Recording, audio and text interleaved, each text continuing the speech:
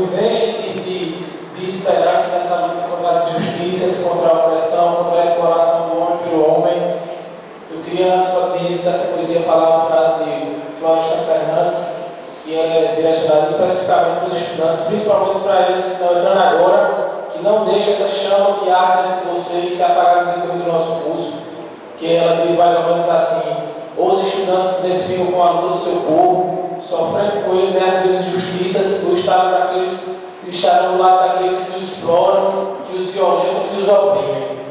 E essa poesia que eu vou recitar agora é do companheiro, amigo da gente que hoje não está presente, Bruno Costa, mas a energia de luta dele com certeza está aqui nesse ambiente. E ela começa assim: onde estão os estudantes, de cara pintadas a gritar, os amantes do direito, clamando por direitejar? Onde estão os estudantes?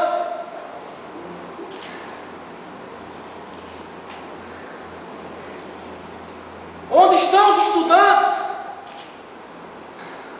E a vanguarda socialista? Cadê os operários? O movimento grevista? Onde estão os estudantes? Lutando contra a opressão? Cadê o sangue derramado? O sonho por revolução? Onde estão os estudantes?